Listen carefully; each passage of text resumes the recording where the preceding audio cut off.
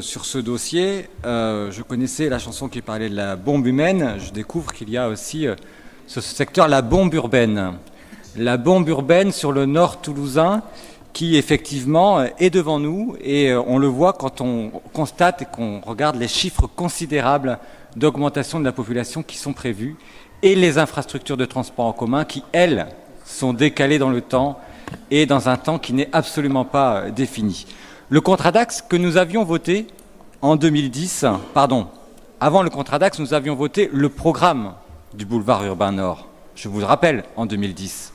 54 millions d'euros que nous avions prévu de flécher sur une infrastructure multimodale pour desservir l'ensemble du périmètre dont nous parlons aujourd'hui.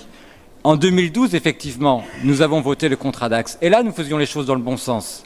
C'est-à-dire qu'on votait le programme de réalisation de l'infrastructure de transport en commun et derrière, on demandait des obligations de construction aux communes qui étaient desservies par le transport en commun. Malheureusement, en 2014, un candidat qui annonçait un nouvel élan pour Toulouse a en fait déclenché un coup d'arrêt pour le nord toulousain parce que le projet de boulevard urbain Nord a été tout simplement stoppé. Complètement stoppé avec un horizon de livraison qui était par le passé 2016 et qui aujourd'hui est au-delà de 2030, si je comprends les éléments qui sont dans le pacte urbain qui nous est présenté aujourd'hui. Un coup d'arrêt pour le boulevard urbain Nord sur un secteur avec un tel potentiel démographique, c'est vraiment irresponsable et ça prépare l'asphyxie de ce territoire. Quelques chiffres que j'ai relevés dans le dossier et qui donnent le vertige. Avant 2020, on prévoit 14 850 individus supplémentaires sur le secteur, pour un secteur qui en contient 20 000 aujourd'hui, c'est-à-dire une augmentation de 1,7, multiplication par 1,7 du nombre d'individus sur ce territoire. En 2025, on prévoit encore 11 000 individus supplémentaires, c'est-à-dire qu'on arriverait au chiffre de 47 000. En 2030, on arriverait à 61 000 individus. En 2030, à la même horizon que le plan mobilité, une multiplication par 3 du nombre d'individus sur le territoire dont nous parlons. Et au-delà de 2030, je n'en parle même pas, on va à plus de 100 000 individus, une multiplication par 5. Si ces chiffres qui sont dans le dossier sont effectifs, effectivement, nous avons de grands soucis et la nécessité de répondre par une offre de services de mobilité qui soit réellement ambitieuse. Et malheureusement, dans le projet, le boulevard urbain Nord reporté, j'en ai parlé, l'ensemble des autres projets n'est absolument pas à la hauteur de ce développement démographique.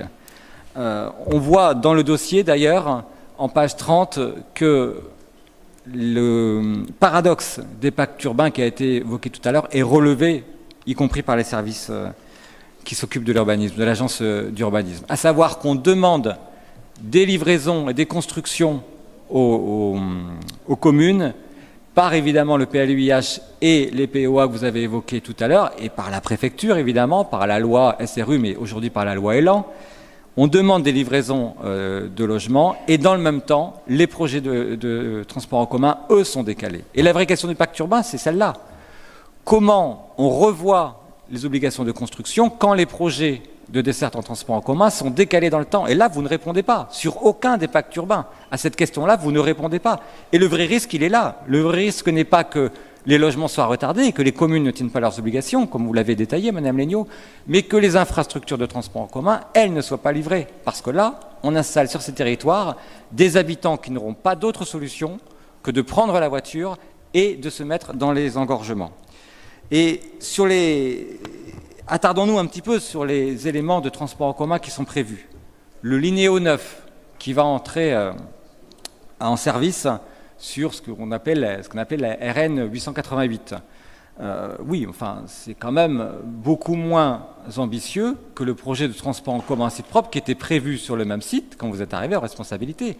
Je rappelle que sur le Linéo 9, il n'y a aucune infrastructure de transport en commun site propre pour franchir le périphérique, alors que c'est là qu'il y a la plupart des engorgements. Et qu'aux heures de pointe, en vérité, la garantie du temps de trajet nécessite, et pour des raisons budgétaires et techniques, le Linéo 9 ne prévoit pas ce franchissement en transport en commun à site propre.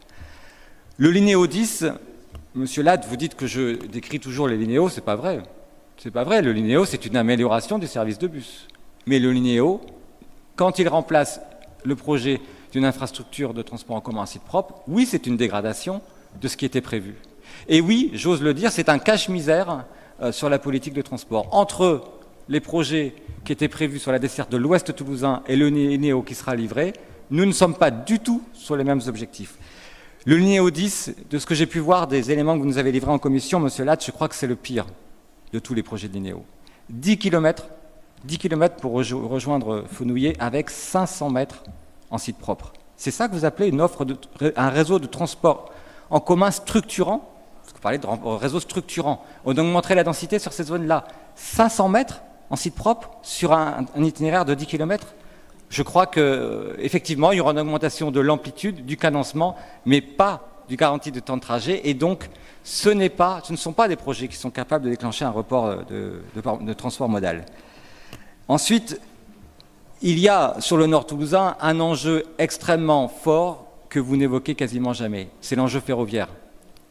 Il faut développer le transport ferroviaire. Nous disposons d'une étoile ferroviaire qui est sous-exploitée. Et bien là, sur le nord toulousain, il y a un projet qui pourrait démarrer plus vite que les autres, c'est les aménagements ferroviaires du nord toulousain. Nous considérons, pour les élus écologistes, qu'il faut accélérer le projet de réalisation de l'aménagement ferroviaire du nord toulousain, qui anticipe la construction d'une étoile ferroviaire ambitieuse et qui s'accompagne de la création d'une halte ferroviaire à l'Espinasse. Nous aurons l'occasion d'en reparler dans quelques semaines, justement, à l'Espinasse. Et bien, sur les aménagements ferroviaires du nord toulousain, ce que nous devons constater, c'est qu'aujourd'hui, la position du maire de Toulouse, qui décide de lier l'avenir de cet aménagement ferroviaire à l'avenir de la LGV, retarde la livraison du projet. Le gouvernement vous propose, votre ami Édouard Philippe vous propose de déconnecter ces projets pour pouvoir livrer de manière anticipée cette infrastructure. Et vous dites non, les destins doivent rester liés. Nous verrons dans la loi de mobilité ce qu'il en est, mais nous considérons qu'il faut accélérer le calendrier. Ces projets sur la bombe urbaine du nord toulousain nous inquiètent et pour toutes ces raisons, nous ne voterons pas ce pacte urbain. Et nous sommes d'autant plus étonnés du ralentissement de la livraison du boulevard urbain nord que sur ce territoire, il y a, je vous le rappelle, une taxe d'aménagement majorée, c'est-à-dire que la collectivité demande à chaque permis de construire des recettes supplémentaires pour des projets sur le territoire. Pourquoi engrangeons-nous les recettes par cette taxe d'aménagement majorée et pourquoi décidez-vous de retarder la construction des infrastructures et une infrastructure aussi importante que le boulevard urbain nord? Nos concitoyens ne peuvent pas le comprendre. Encore une fois, sur ce projet, comme sur le projet de Malper-Marcassonne, comme sur beaucoup de projets d'urbanisme sur la métropole, nous craignons une asphyxie que vous prévoyez par cette absence de politique publique de mobilité ambitieuse et une asphyxie évidemment pour la circulation, mais une asphyxie au sens propre pour les problématiques que ça crée sur la pollution atmosphérique. Nous voterons contre ces deux délibérations.